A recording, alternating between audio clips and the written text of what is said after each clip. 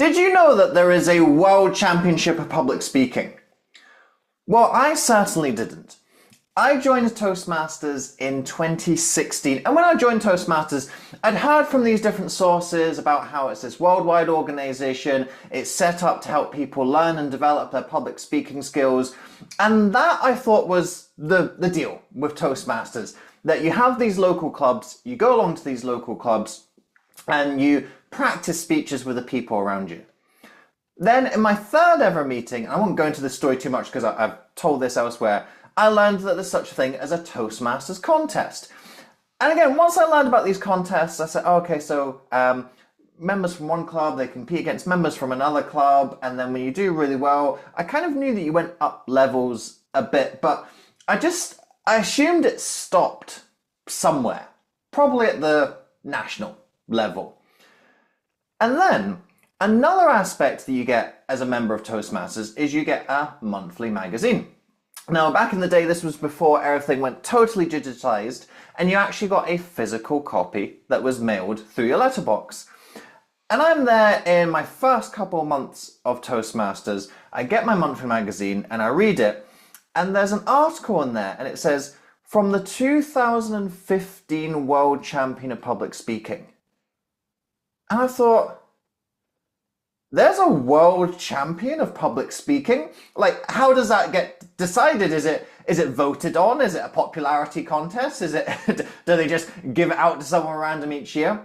And so I found out there was this whole aspect of Toastmasters that I'd been touched upon before with the speech contests, but now I understood, okay, there's one contest that goes all the way to a world championship, and you're not just competing against people in your club, people from the other clubs near you. You are literally competing against all these speakers from across the world. And this was the first time I'd heard of this World Championship of Public Speaking. So of course, I had to go and find out what it was all about. And that led me to watching the speech that we're looking at today. This is my first experience of the World Championship of Public Speaking. Couple noteworthy points in terms of looking at Mohammed's speech as a whole. The first aspect is his speech uses a three-story structure. And this is something that's gone a little bit out of fashion in recent years. Most of the World Championship speeches, at the moment at least, are focusing on a one-story structure. You tell one story throughout. But here Mohammed uses the three-story structure. So I think this sets the speech apart a little bit, certainly when we start comparing it to some of the more recent entries. Also, this is remembered and regarded as one of the funnier World Championship of Public Speaking entries. And most speeches at this level have a scattering of humour somewhere. But there's definitely some that are remembered as being more amusing than others. And this is one that's more amusing because there are elements of the humour and the storytelling that really stand out. And I'm not going to spoil what those are. As always, I've put the link to the speech in the description below. So if you haven't seen the speech already, I recommend going and watching it, and you can start to see what some of those remarkable elements are that come out of it. And we're going to dissect that a little bit more in the analysis today. Before we launch into that analysis, quick legal disclaimer, as always, I'm using the footage today provided by Toastmasters International. I do not claim ownership of the footage. The use of this footage is for informational and educational purposes only.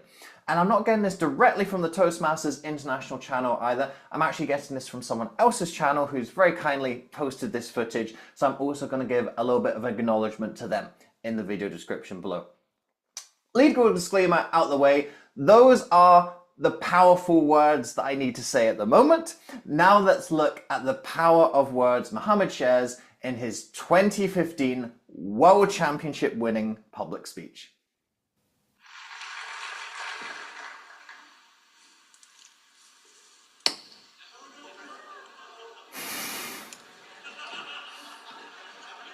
What? Talk about capturing the audience's attention with your opener. This is something that I bang on about in these analysis videos, different videos on my YouTube channel. It's so important to draw the audience's attention and their curiosity right at the beginning of the speech. And this is one of the most extreme examples that I've seen of this in a speech. Coming onto stage and looking like you're about to light a cigarette. And I don't know if you can hear on the audio, do you hear some of the audience go, oh no? That's like, no, don't smoke the cigarette. So you get this instant attention grabber. And here's the thing, a single word has not yet been said. All of this is a physical opening. Coming up with a cigarette, the audience are reacting, the first word, what? And that's where you really get the breaking of tension and the audience start to laugh because they realize there's something about this that is a skit. It's not just about coming on and smoking a cigarette. Really punchy, impactful opener, instantly grabbing the audience's attention here. Oh, you all think smoking kills? Did you see that little... Whenever you're preparing a speech, you have an idea of how the audience are going to respond. You don't know how the audience are going to respond. Mohammed's intention there, he knows when he starts off with the cigarette and the what, he's expecting a laugh. But when you are speaking to a smaller audience, you normally get a smaller laugh. So a lot of his practice has probably been with small audiences at Toastmasters clubs. You're going to get a short, cheap laugh. But when you're speaking to this larger audience at the convention, which is usually between 1,000 and 2,000 people who are in the room, through the numbers of people, that laugh is going to last longer. So you can never fully prepare for the size of the response. And do you see as he's walking forward, at that moment he's expecting the laugh to be over and he moves on to his next point. But he can actually see as he's moving forward, the audience is still laughing and he realizes, I can't move on to my next line yet. So this is really good adaptation in the moment to how the audience is responding to you. He doesn't step on that laugh because he goes, well, when I practice this, I practice for a 3-second laugh and I've ended up getting an 8-second laugh. So I'm going to let them laugh for 3 seconds and then I'm going to speak over them. He recognizes, oh, I need to let them laugh a little bit longer. So this is really good in the moment feeling and response of the audience. When you get that unanticipated response, especially if there's a positive response, allow that positive response to generate in the room and really savor it and enjoy it. Great adaptability on the fly here from Mohammed. Toastmasters and guests, I use these arguments, even though I just made them up.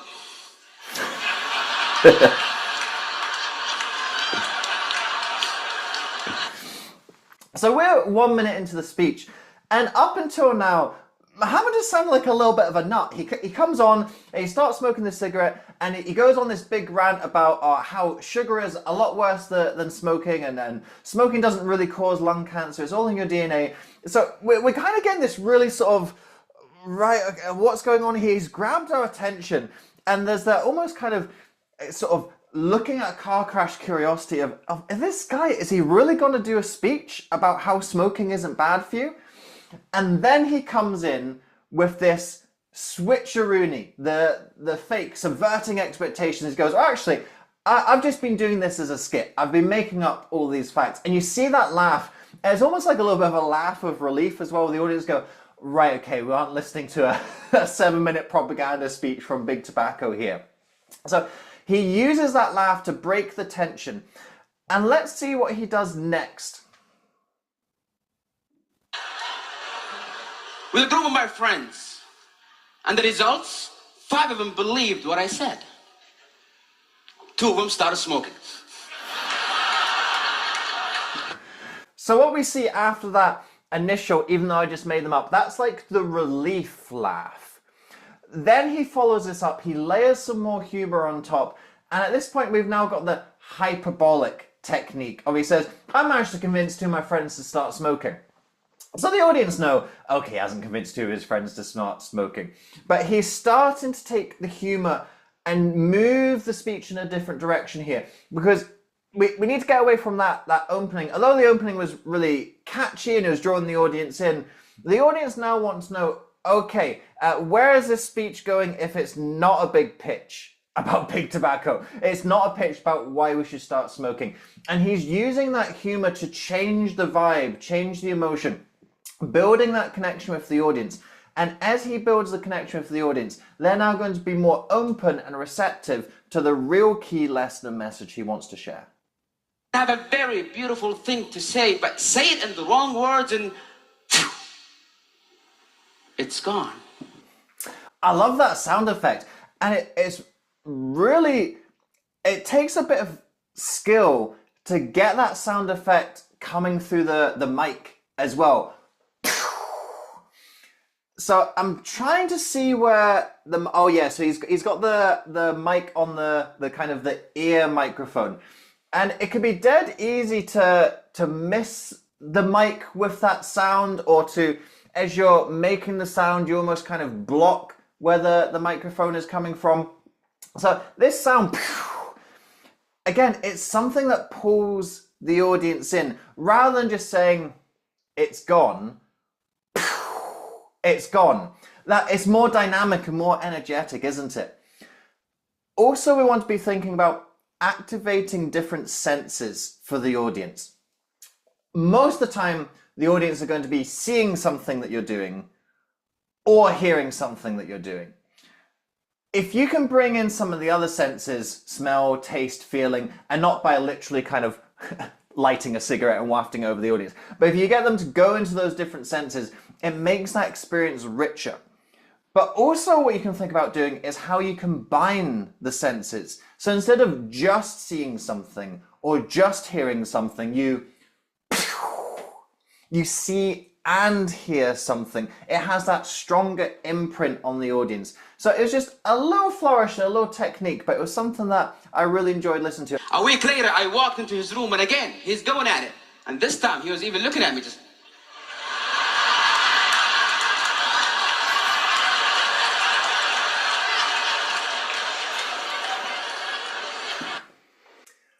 Wordless comedy. Comedy isn't always about the ba-boom, here's the punchline, here's the setup, here's the delivery. Sometimes humor is visual. We're seeing different aspects of this. And we saw that right at the beginning, didn't we? We saw that Mohammed's beginning of the speech was not verbal, it was visual. And here again, we're seeing him utilize that skill of visual humor coming in. He's reenacting his son, drawing on the wall. He's got the facial expressions, the little eyebrow waggles and everything. It's really great use of body language, really embodying that character and using that body language to reveal the humor of the situation. We're seeing different executions of humor here. We're seeing some of that visual comedy, the wordless comedy. We're seeing a little bit of hyperbole. We're seeing some subverting of expectations. So a range of comedic techniques that are coming out from Mohammed in this speech. Go home and you flip on the TV and you see a scientist trying to talk about global warming. It goes something like this.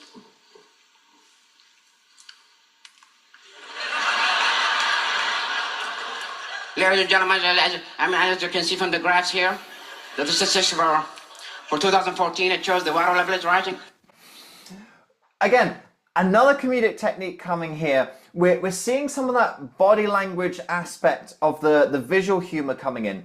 But unlike when he was doing it with his son and it was wordless, this time instead we're getting the acting out of a character. We're getting a caricature here. And this is another comedic technique. When you caricature something, when you exaggerate it for comedic effect. So when he is embodying this boring, nerdy sounding scientist who can't really bring the subject to life, we see the humor in that. And Mohammed is embodying that caricature that he's playing here. So again, we're seeing that range of body language coming in. We've got a totally different kind of facial expression here compared to the disobedient son. We've got the nerdy scientist.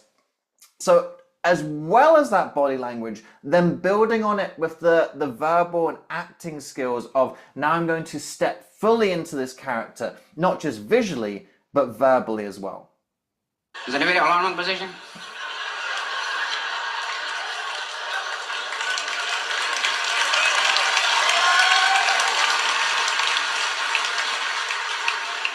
the message. So again, another example. Mohammed holds the applause and the laughter there. He doesn't step on it. Now, I bet when he was practicing this speech, again, he's practicing in smaller clubs, he's maybe doing it with a coach. When he delivers that line, he is not receiving that length of applause and laughter. This is not something that he's trained and prepared for. And bearing in mind how tight the timing is in this competition, you can't go above 7 minutes 30. And most speakers, they're trying to finish at that 7-minute range.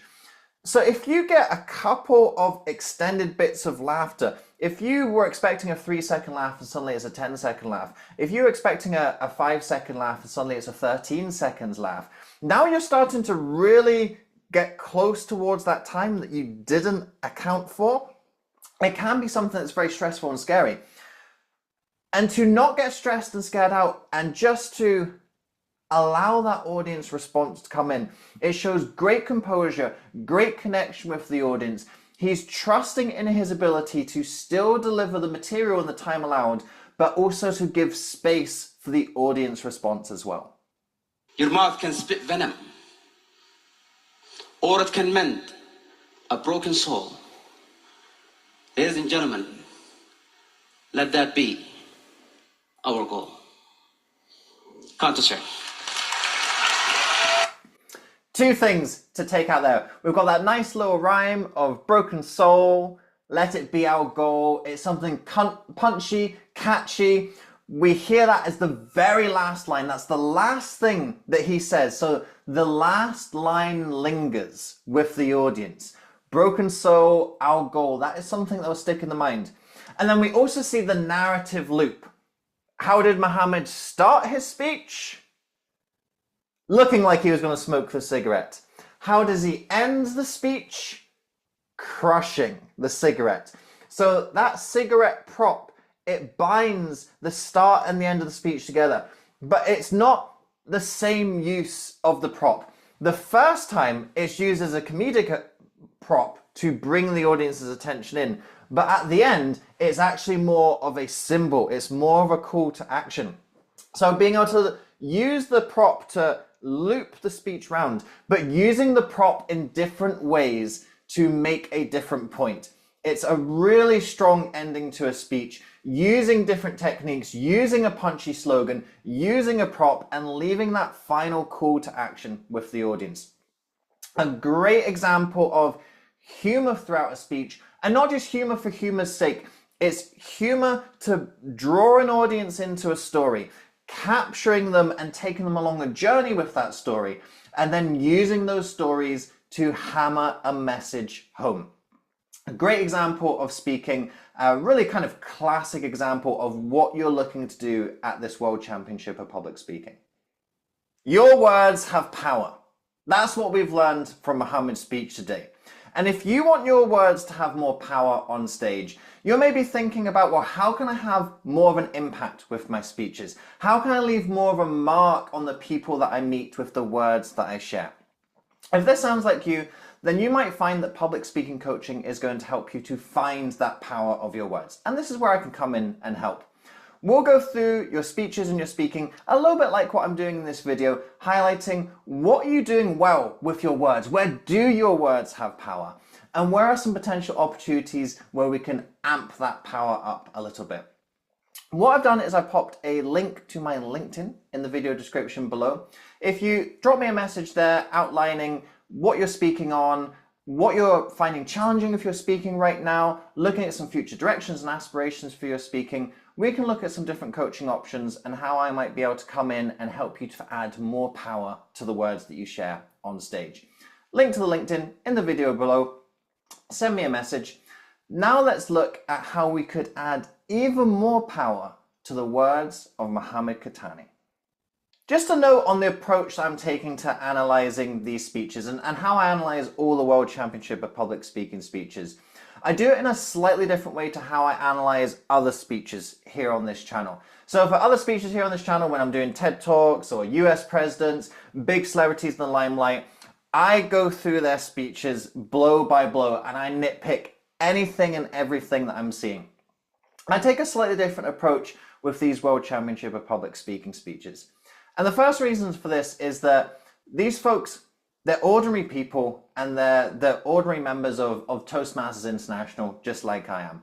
And I always want to be considerate and respectful of that I'm not analyzing people who are big historical figures, they're used to being in the limelight. They're folks who have had this opportunity, they've come up on stage and they've made the most of it. So I always want to be more thoughtful and respectful when I'm analyzing their particular speeches of my fellow members. The second reason for this is that when these speeches come up in this final form, there is so much work that's been done on these speeches, test driving it with different audiences, working on it with coaches, and by the time that you ultimately come to delivering this speech, you've put so much work and effort into it that you're a little bit tired of it by the end of it. Even if you eventually recycle this speech and use it at a later point, you've worked on it so much. And so the last thing that these speakers will want after they've delivered this speech is then hearing more feedback, more ideas on top of it. It can be a little bit overwhelming. So because of that, I streamline what I'm talking about in these videos compared to others.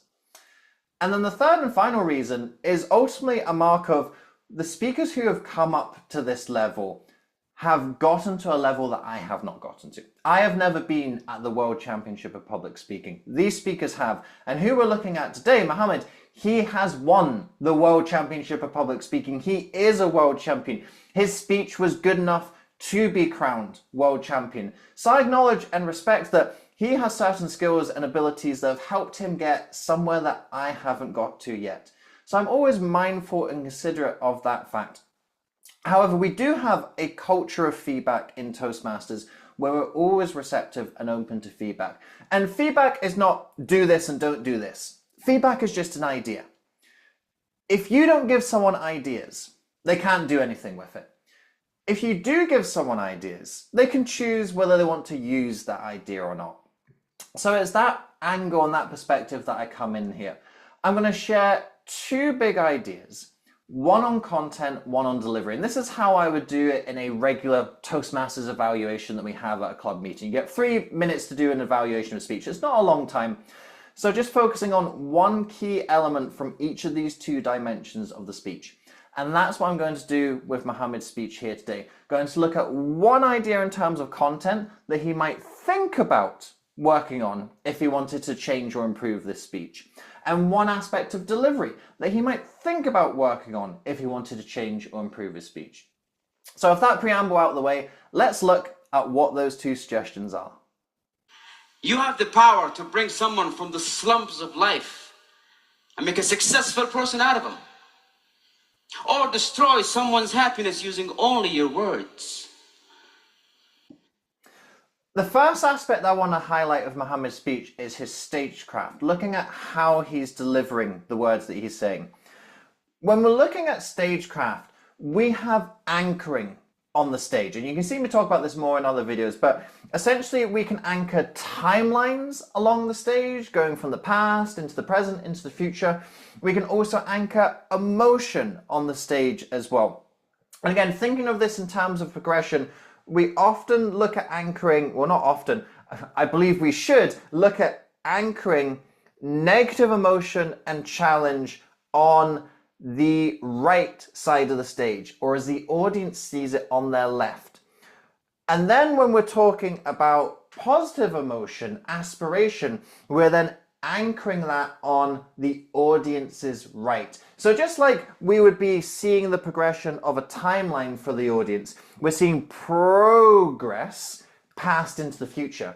We can also use that to anchor challenge and aspiration, moving from negative into positive. So if you're talking about, I had this really challenging time and here's how I was able to work through it and here's the solution that I was able to find, the audience can follow that progression with you physically in the space. And it's a way that you can make that progress a little bit more visual for the audience. What Mohammed does here is the other way around. He has all of the negative stuff. He talks about bringing someone down, but he does it on the audience's right, where we'd be expecting to progress into. And when he talks about uplifting someone, he's actually uplifting at the beginning of the journey. So what the audience sees is, instead of a progress chart like this, of negative to positive, they see a progress chart like this, positive to negative.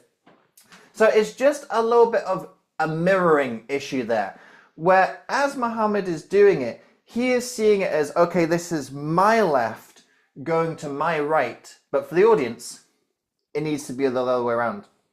And there's another example of this, and I'm going to go more into this scene for my next point of feedback, when he's talking about being in the hostel with his friend, and he talks about the heart monitor. He says the heart monitor goes beep, beep. But again, it's going the wrong way. So he's drawing it as he saw it in real life, beep. That's how it looks in front of his eyes. But for the audience, you need to flip it. For the audience, it needs to go beep, beep. So there's just a little bit of Mohammed's stagecraft where he was mirroring it the wrong way, wanting to flip it for the audience's perspective to make it easier to follow and more visual for them. Clear! Clear! It's clear that a single word could have saved this life. And that leads into my next point, focusing on this story, talking about Mohammed's friend Nasser dying. This is a very heavy story. We're talking about death. And I felt that this story, it was a little bit rushed. We get this sudden introduction to Nasser. He's got this relationship with his dad, and then he starts making some bad choices, finds himself in the hospital, and he dies. It's this very sudden thing to throw at us. And especially considering that a lot of the speech up until this point has been funny and humorous, we then get this little bit of a switch. And that's not necessarily a bad thing, because sometimes it's really powerful to bring people up, and then sounds a bit morbid, doesn't it? You bring people up to hold their attention, and that earns the attention for the deep, difficult stuff you've got to talk about. So I don't think necessarily the transition aspect is so bad, but I think if you rush into that transition, it can feel a little bit jarring. And to go from this funny speech poking fun at a lot of stuff to then this heavy, serious story, I felt that the story itself was a little bit rushed. It was a short amount of time to process quite a lot of emotion for us as the audience. And the knock-on issue of this is the story that Mohammed finishes on. And so he's had this kind of uplifting speech, and he's been hitting the highs, and then he goes down into this deep, difficult story. And as I'm time stamping this, okay, so we're at 6:48. Now remember, you can't go over 7 minutes 30, right? So you've then got to come out of this story of death in those last 30 seconds or so and have this boom, uplifting, inspiring message make the audience feel good again. That's a really sharp emotional transition. And I would say that it's not really enough time to make that transition properly. So if we were looking at this speech again and looking at it from a structure point of view, I feel that story, if Mohammed is going to tell this story, I don't think it should come at the end. I think putting that story in the middle instead, to lead into it, have the time to go into the depth and complexity of that emotion, hold it, and then ease out of it rather than jump out of it. You would maintain the power of that story, and then you'd enhance the power of the story by giving it the time and space that it deserves for such a deep and serious topic. So I think that's just a little bit of a structure point from Mohammed there, that this story, it gets a little rushed and it's tacked on at the end, and that's a lot of emotion for us to be going through as the audience in a short period of time. And I think there is power in that story, and he can tell the story in exactly the same way, a little bit longer to let us sit with the emotions, but telling the story as he does, just doing it at a different part of the speech. And I think there's a lesson to be learned in that often we have the material we need for the speech. There isn't some magic, mystical thing that we're missing from the speech. It's understanding how to best use the material that we've already got. And that, I think, is an example right here of Mohammed doesn't need a new or different story. He just needs to tell the same story in potentially a slightly different way and ordering his material in a slightly different way to take us through that emotional journey. Of course, those suggestions that I've offered, it's not taking away from this speech at all. This was ultimately still a memorable speech, still a speech that won that first place, made him the world champion of public speaking. This is going to soon be 10 years old as a speech. And if Mohammed is looking at this speech and thinking, you know what, I think there's something in this that we can bring into today's world. This is a speech that I can deliver again. I can think about what's the new context and perspective for this speech. Those couple of suggestions might be something that he's able to then bring into that speech to make it even better than when he delivered it and won the world championship back in 2015.